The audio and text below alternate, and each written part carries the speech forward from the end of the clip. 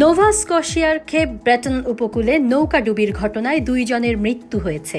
ঘটনার সময় মাছ ধরার ওই নৌকায় 5 আরোহী অবস্থান করছিলেন, বাকিরা নিখোঁজ রয়েছেন। তাদের উদ্ধারে এরই মধ্যে ফায়ার সার্ভিসের সাথে যোগ দিয়েছে সামরিক বাহিনীর সদস্যরা। টহল দিতে শুরু করেছে বিমান বাহিনীর হেলিকপ্টার। ধারণা করা হচ্ছে যান্ত্রিক ত্রুটি থেকে ডুবে যায় নৌকাটি।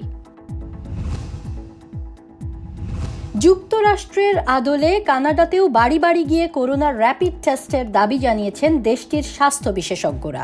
বিবৃতিতে তারা বলেন, দ্রুততম সময়ের মধ্যে করোনায় আক্রান্ত শনাক্ত নিশ্চিত করতে হলে বেশি করে করোনা টেস্ট করানোর কোনো বিকল্প নেই। সম্প্রতি যুক্তরাষ্ট্র বাইন্যাক্স নাও এবং কুইক ভিউ নামক 2টি পদ্ধতিতে র্যাপিড টেস্ট শুরু করেছে। সামরিক বাহিনীতে নারীদের ওপর নিপীড়ন বন্ধে ব্যর্থ হয়েছে ট্রুডো সরকার, এমন অভিযোগ জানিয়েছেন এনডিপি নেতা জগমিত সিং। এক সাক্ষাৎকারে তিনি অভিযোগ করেন, যৌন হেনস্থার অনেক ঘটনা ঘটলেও তা সামাল দিতে পারেনি ট্রুডো। সম্প্রতি প্রতিরক্ষা বাহিনীর শীর্ষ কর্মকর্তার বিরুদ্ধে 2 নারী সহকর্মীর অভিযোগে শুরু হয়েছে তোলপাড়।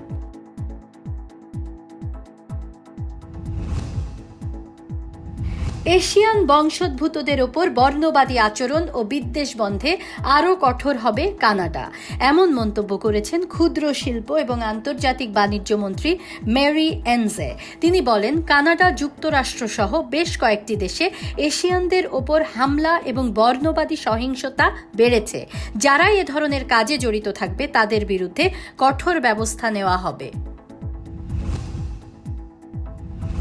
এয়ার কানাডার সাথে চুক্তি বাতিলের কারণে ফেডারেল সরকারের কাছে অর্থনৈতিক সহায়তা চেয়েছে ট্যুর জায়ান্ট ট্রানজিট।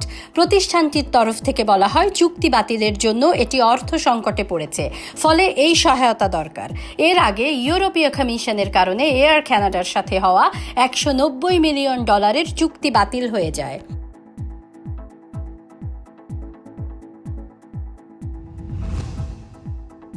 গৃহবন্দী করা হয়েছে জর্ডানের প্রিন্স হামজা বিন হুসেইনকে। এক ভিডিও বার্তায় নিজেই এ দাবি করেছেন বাদশাহ আবদুল্লাহর সৎ ভাই সাবেক ক্রাউন প্রিন্স। প্রশাসনের দুর্নীতি নিয়ে সমালোচনার দায়ে এ পরিণতি বলে জানান তার আইনজীবী। সম্প্রতি বাদশাহ আবদুল্লাহর বিরুদ্ধে ষড়যন্ত্র চলছে, এমন তথ্যের ভিত্তিতে বড় আকারে তদন্ত শুরু হয় জর্ডানে।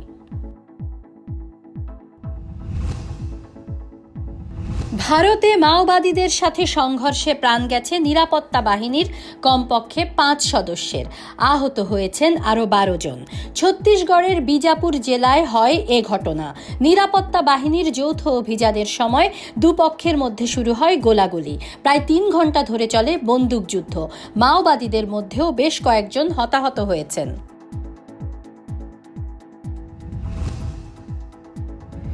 যুক্তরাষ্ট্রের ফ্লোরিডায় বিষাক্ত পানির একটি জলাধার উপচে পড়ায় আক্রান্ত হয়েছে 300-রও বেশি বাড়ি।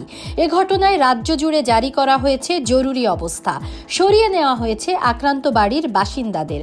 কর্তৃপক্ষ বলছে, বিষাক্ত পানি উপচে পড়ার পর দেখা দিয়েছে বন্যা পরিস্থিতি। সালফার ও ফসফরাস সমৃদ্ধ এই বিষাক্ত পানি মানব শরীরের জন্য খুবই ভয়াবহ। মিয়ানমারে অভ্যুত্থানের পর থেকে 550 মানুষের প্রাণ গেল জান্তা আগ্রাসনে। হতভাগ্যদের 46 জনই শিশু। পর্যবেক্ষক সংস্থা এএপিপির তথ্য অনুসারে এখনও বন্দী 2700-র বেশি মানুষ। এছাড়া সামাজিক যোগাযোগ মাধ্যমে উস্কানিমূলক বার্তা ছড়ানোর অপরাধে শিল্পপতি, সংবাদকর্মী সহ 18 জনের বিরুদ্ধে গ্রেফতারি পরোয়ানা জারি করেছে সেনা কর্তৃপক্ষ। করোনার কারণে দেশীয় কায়দায় লকডাউনে চলে গেছে বাংলাদেশ। তবে এই পরিস্থিতিতেও থেমে নেই বাংলাদেশ গেমস। বাংলাদেশ গেমসের ক্যাম্পগুলোতে ফুটে উঠেছে ভয়াবহ চিত্র। অনেক খেলোয়াড় আছেন যারা করোনা টেস্ট ছাড়াই অংশ নিয়েছে বাংলাদেশ গেমসে। তবে কোন খেলোয়াড় করোনায় আক্রান্ত হয়েছে বা হচ্ছে আর কারা আক্রান্ত হচ্ছে না, সেটা মনিটরিংয়ের জন্য নেই নির্দিষ্ট কোনো সেল।